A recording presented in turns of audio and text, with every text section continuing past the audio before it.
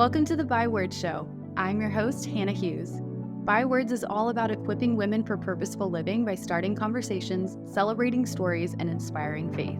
In a world that applauds the hustle, I'm here to help you break free from the lies and come back to what really matters. It's time to get real, get rooted in truth, and come alive in relationship with Jesus so you can show up to each day with intention and confidence no matter where you're at in your story. Here we believe that embracing our stories brings hope, healing, and purpose to the process, and sharing our stories helps others do the same. Whether you're looking for a midweek faith refresh, practical tools for pursuing your dreams, or just need some good old-fashioned girl talk, you're in the right place.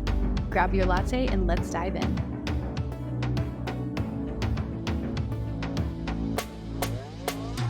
Hey there, friend. Welcome back to another episode of the Bywords Show. Today is the day, and I'm so glad you're here. Today, we're going to be diving into the topic of community, finding your people, building community. And I cannot be more excited because I personally love this topic. Also, Della's right next to me for this one. She's supposed to be taking her nap, but she's currently trying to bust out of her swaddle. So we'll see how that goes. I did a poll on Instagram recently asking you guys what topics you wanted to hear about on the show. And this one was the one that had the most votes. So I'm excited to talk about it because a lot of my friends say that I have like the superpower for connecting people and making connections and meeting people and stuff like that. And I really didn't think anything of it. I mean, I am by no means an expert, but I do feel like it's become a strength of mine in recent years. So I'm excited to talk to you about it. Today, I want to share with you 3 simple tips for how to find community and build community, like creating a healthy community of people around you. Because who we spend our time with greatly determines the direction for our life. So we really want to be intentional about the relationships, the people that we're investing in, right? We want to be in community that speaks truth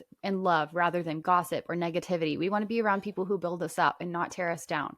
We want to be around people who value collaboration and working together rather than competition or, comparison and things like that. We want to be around people who bring out the best in us. We want to be around people who we can be ourselves around, who love us, who can be honest with us, who can help us see our blind spots, who encourage us in our faith and point us closer to Jesus, So let's dive in. Number 1 is be an initiator. This one may scare some of you off, but let's just dive in right away because I want this to be like, if you take away nothing else, let this be the thing that sticks with you. And Della successfully busted out of her swaddle. So let me rewrap her. You're not supposed to do this. Okay. Number 1, be an initiator. Jesus was an initiator. This is something that I think about a lot because how many of us are waiting for someone to come to us, to initiate plans with us, to initiate friendship, things like that. I have felt... Well, let's just get into it. I've struggled with loneliness a lot in my life. I've struggled in different seasons of friendships changing and things like that. And it is so hard to be the one that is initiating things, But the Great Commission says to go. And Jesus went to people. He met them where they were at. He was the one who was an initiator. We're all waiting for somebody to reach out, right? So why not be the one to make the first move? The enemy will always try to convince you that you're the only one, that you're left out, you don't belong. He wants you to feel lonely, right? Because he knows if he can disconnect you from the body, then you will be ineffective and he really won't have to do much work from there. Being in community is what strengthens us and helps us continue to grow in Christ. When I was in elementary school, I always heard adults say this. I'm sure you did too. If you want to have a friend, be a friend. And it sounds so cheesy and cliche, but it's so true. As lonely as you feel, you never know who else around you is also feeling that way. And your willingness to reach out could be the answer to someone else's prayer and your own. Sometimes new relationships can be awkward. Trust me, I get it. I am so not good at small talk. I'm not good at breaking the ice. I like to go deep. I like to have a close circle of friends that I'm like really invested with. And we all are just in it together, But it's hard. You don't just get to that point right away with people. I remember one time in my life where it was one of the loneliest seasons of my life. And I was just praying for a best friend. And God was like, you want the tree, but you aren't willing to water the seeds. Like we can't skip to that deep, rich friendship without doing the work to get there. We have to go through some stuff with people. We have to be willing to open up and be vulnerable. And that's hard sometimes. We can't skip steps when it comes to building a healthy relationship. We just can't. Like it takes time, energy, effort. Sometimes it's a flop, but you never know until you try, which leads us into number 2, which is be willing to open up. Again, going along with that awkward stage of new friendships, you just have to be willing to open up because I don't know about you, but I think about times when I have been the one to share something a little bit vulnerable, and it just kind of sets the tone for the other person to reciprocate. They know now that you're creating a safe space, that you're willing to be real, and you're giving them permission to do the same with you. So your vulnerability, even though it's scary, it's uncomfortable, sometimes it can be awkward, it really paves the way for other people to be open with you. I think a lot of the time people resist vulnerability because they're scared of how people respond. I get that. It is scary. I definitely feel that sometimes it can be scary to put yourself out there, especially with someone new. I mean, I'm telling you, there have been so many times when I've left a coffee date with a new friend and I'm just overanalyzing everything, wondering, did I say too much? Was that weird? But there are also those times, like I mentioned, where I have opened up and it's reciprocated and it ends up being like such a gift to have a conversation like that. Like, have you walked away from a conversation like that before? You just feel so refreshed, so encouraged that it's like, oh my gosh, someone real, someone that I can just be myself around. I don't have to put on a show. I don't have to put on a face. I don't have to show up perfect. I can just be real about where I'm at. And that is just so freeing. And that's how you start connecting with people on a deeper level. Granted, not every single person you meet needs to know your whole life story. Take it with wisdom, you know? Something that I like to do is pray and just ask God, like, who are the people that you put around me in this season? Like, who do you want me to invest in? Who are my people that the relationships are the most important in this season? And He will definitely show you. And kind of going along with that, number 3 is look at who's already around you. Jenny Allen wrote this book called Find Your People. It's really good. If you haven't read it, I recommend it. Or if you're not a reader, she also did a podcast series about the book, like going chapter through chapter on her podcast, which is called Made for This. Jenny Allen, Find Your People.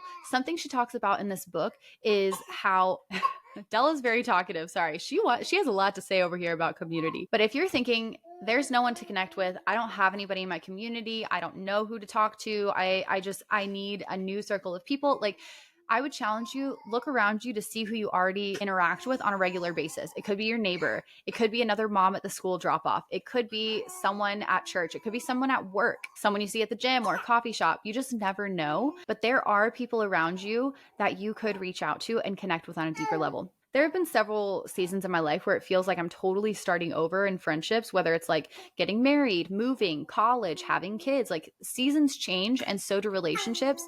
But that's not a bad thing. It's actually a healthy thing because we want people in our lives to grow with us, right? Some of the easiest ways that I have found community in my life, especially through transitions, are joining a small group at church, asking new people that I meet to grab coffee, having a play date with our kids. Like, if it's another mom, I could be like, hey, you want to get coffee? Let's bring our kids. Like, we all understand each other, right? Like, just being able to meet people where they're at, even reaching out to people on social media. Side note, people ask me all the time how I know all of the people that I have on my podcast. And the truth is, I'm meeting most of these people for the first time when we sit down to record. And that is because I initiated inviting them on my show. And it's so cool because a lot of the times I stay in touch with these people and we have grown friendships and we've just stayed connected. And it's just so cool to see how God makes connections, and some of these people can become some of your closest friends that you continue to do life with. I mean, that's been the case for me. And I just think if I hadn't reached out to this person, I would have missed out on this incredible friendship and somebody who's just such a gift in my life. You know what I mean? So I guess what I'm trying to say is you just never know who is on the other side of your willingness to step outside of your comfort zone and initiate. Some of your best friends years from now may be people that you start connecting with now. And I want to talk about hesitations before we wrap up because I know that some of you are thinking, no way, like, this is so uncomfortable. I just like to stay in my safe group of people that I already know where it's comfortable and all of that. Or maybe you've been hurt in friendships before and you're like really hesitant to open up again with good reason. Maybe you're busy and you don't have time to invest in community right now. And I get that. Trust me. Some seasons of life are just crazy. They're busy and you need to prioritize your family. You need to prioritize your health. But I would highly recommend at least having a few friends that you're always in community with, because those are the times that you need people the most, you know, like the busy seasons, the crazy seasons, the seasons where you're struggling, the seasons where you just feel like you can barely come up for air. Those are the seasons where you need people in your corner who can pray with you. Even if you're not seeing them all the time, it's so vital for us to have those connections in our life who we can just be in it with, you know, whether it's good seasons, challenging seasons, hard seasons, seasons of loss, seasons of joy and celebration. It's just so much richer when we have people around us who are in it with us. You know, like we get to share life and it's just a million times better, right? When we have people who are feeling it with us and just praying for us and celebrating with us and grieving with us and just meeting us where we're at. It's so easy to get caught up in the busyness and then turn around and realize you don't have anyone close when you need it. I've been there. There have been times where I haven't had the community and I haven't been intentional about relationships, and I've ended up so lonely. And I wish that I had somebody I could talk to. It's like, who do I turn to? And obviously in those seasons we can turn to the Lord, but there's something just so powerful about having somebody that you can just reach out to and say, hey, can you pray for me? I'm struggling today. Or someone that you can share your good news with. Like, it's just, there's nothing like it. Like if you've ever had a friend where you're like, oh, this is my best friend, like I don't know what I would do without them. It's just so special when you have those people that you can go to when you need them. And we want to be those people for others, right? Like I want to be the person that somebody feels they can trust with their celebrations, that I will be there to rejoice with them, and someone that they can come to when they're struggling, to tell me the truth, tell me the hard stuff, tell me like confront me with conflict. Like those relationships are hard. People are imperfect. We all have challenges. Conflicts are going to come. There's going to be pain. But I've got to tell you, like, there's nothing more rewarding than getting to that place in friendship where you've gone through the hard and you're stronger on the other side because of it. It's so worth it. Yes, vulnerability is scary. It's hard. It's uncomfortable at first. But when you have those friends that you are in deep connection with, it's so worth it. It's so worth it. I actually have a group of close friends. A lot of us are moms and work and have other things going on. So we've decided, instead of trying to maintain all of these individual relationships with a million coffee dates a month, we meet all of us once a month with our kids to catch up and connect. And it has been such a game changer for us because I know I have those people in my corner, because even when we're not seeing each other all the time, we still have a text thread where we're sending prayer requests, we're sending updates and wins, and whether it's talking about a struggle with our family or talking about like these new shoes we got, or sharing our favorite baby products. It's just so amazing to have those people you can do life with, who understand the season you're in and can meet you right there, and that you can meet them right there where they're at in their life. And you just have that understanding of life looks different in the season, but we can still commit to community, even if it looks different, even if it's just once a month getting together. I feel like that is so reasonable, especially as a busy mom, but it makes such a huge difference. So like I said, if you feel like you don't have those people in your life right now, I would highly encourage you, just pray and ask the Lord, who are my people? Who have you put around me strategically on purpose for me to connect with, who I can go deeper with in this season? Who can I be there for as a friend? Who do you have for me to invest in and confide in, whether it's a mentor or friend? And it may change as you go through life. Different seasons and stages and places in life, it'll look different, but it's so vital to be in community no matter where you are in your life. I say it all the time. Let's all say it together, shall we? We can't do purpose without people. We cannot do our purpose without people. God created us to live in relationship with others. He created us to need people. He created us to need Him. He is a relational God. He wants us to have each other. It's like the verse, iron sharpens iron. When we are around other people who are intentional and living with purpose and pursuing the Lord, we make each other sharper.